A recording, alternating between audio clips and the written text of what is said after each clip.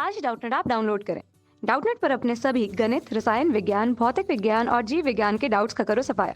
बस प्रश्न की फोटो खींचो, एक ही प्रश्न को क्रॉप करो और तुरंत वीडियो सोल्यूशन पाओ। अभी डाउनलोड करें। दिए गए प्रश्न में यह पूछा गया है कि एक उपग्रह जिसे एस से प्रदर्शित किया गया है किसी दीर्घवृत्तीय कक्षा में पृथ्वी की परिक्रमा कर रहा है। उपग्रह का द्रव्यमान जबकि पृथ्वी के द्रव्यमान की तुलना में काफी कम है, तब हमें निम्न स्थितियों पर विकल्पों के अनुसार चर्चा करनी है। यह ज्ञात करना है कि दिए हुए संदर्भ में कौन सा सत्य है। जहां पहले पूछा गया है ए स्थिति पर कि एस की कुल यांत्रिक ऊर्जा का मान समय के साथ आवर्ती रूप से परिवर्तित होता है, या दूसरी अवस्था में एस के रेखीय संवेग का मान स्थिर होता है।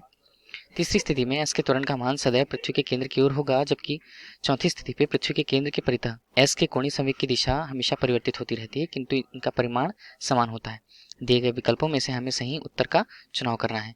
इसके लिए यदि हम पहले देखें, तब किसी उपग्रह के लिए पृथ्वी के परितः, जहां पर यह दिया हुआ है कि किसी दीर्घवृत्तीय कक्ष पर कोई उपग्रह एस है जो पृथ्वी के परितः चक्कर लगाता है, जहां पृथ्वी की त्रिज्या के रूप में हमने आर से प्रदर्शित किया, पृथ्वी के द्रव्यमान को हम एम से प्रदर्शित करते हैं।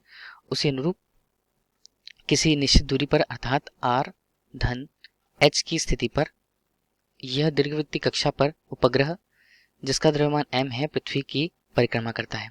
इसके अनुसार यदि हम पहले स्थिति के अनुरूप यांत्रिक ऊर्जा का मान ज्ञात करें, यांत्रिक ऊर्जा के रूप में हम यहाँ पर केवल यांत्रिक ऊर्जा के रूप में हम पहली स्थिति पर यांत्रिक ऊर्जा के मान में परिवर्तन को बताएंगे, जहां यांत्रिक ऊर्जा के मान में परिवर्तन स्वाभाविक रूप से शून्य होगा, क्योंकि यदि हम देखें प्रारंभिक रूप से यांत्रिक ऊर्जा केवल उसके गतिज ऊर्जा को बताएगी। गतिज ऊर्जा जिसके लिए यदि हमने उस उपग्रह के लिए वेग की मात्रा जिसे हम पलायन वेग से प्रदर्शित करते हैं v0 रखी हुई है, गतिज ऊर्जा उनके अनुसार 1:2 गुणा m गुणा v0 के वर्ग के बराबर होगी, जो प्रत्येक स्थिति पर नियत होगी।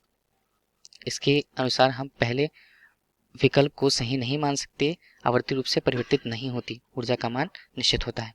दूसरे में कहा गया है कि संवेग रेखीय संवेग का परिमाण स्थिर रहता है।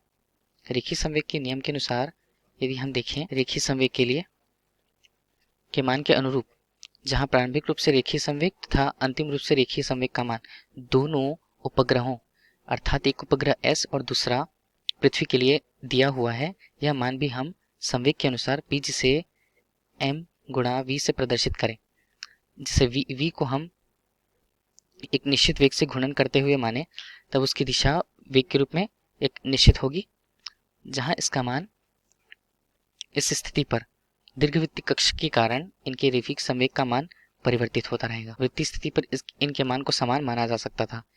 तीसरी स्थिति पर कहा गया है कि एस का त्वरण सदैव पृथ्वी के केंद्र की ओर होगा, क्योंकि किसी भी तीसरी स्थिति के अनुसार किसी भी उपग्रह को किसी कक्षा में घूमने के लिए, वृत्तीय पथ में घूमने के लिए अभिकेंद्र बल की आवश्यकता होती है, जहां अभिकेंद्र बल हमेशा अभिकेंद्र त्वरण से प्रतिनिरूपित होता है, जहां इसका मान m गुणा a, जहां त्वरण की दिशा हमेशा उसके केंद्र की ओर होती है, जहां इस पर केंद्र की रचना पृथ्वी के केंद्र से की गई है इस प्रकार उपलब्ध विकल्पों में सी विकल्प ज्यादा सही प्राप्त होता है हमें, जहां त्वरण का मान सदैव पृथ्वी के केंद्र की ओर होता है।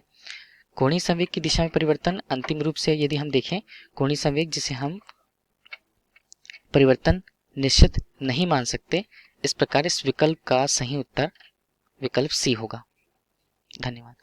कक्षा 6 से 12वीं से लेकर नीट, IIT, JEE वो एडवांस के लेवल तक 1 करोड़ से ज्यादा छात्रों का भरोसा। आज ही डाउनलोड करें डाउटनेट ऐप या व्हाट्सएप करें अपने सारे डाउट्स 8400 400 400 पर।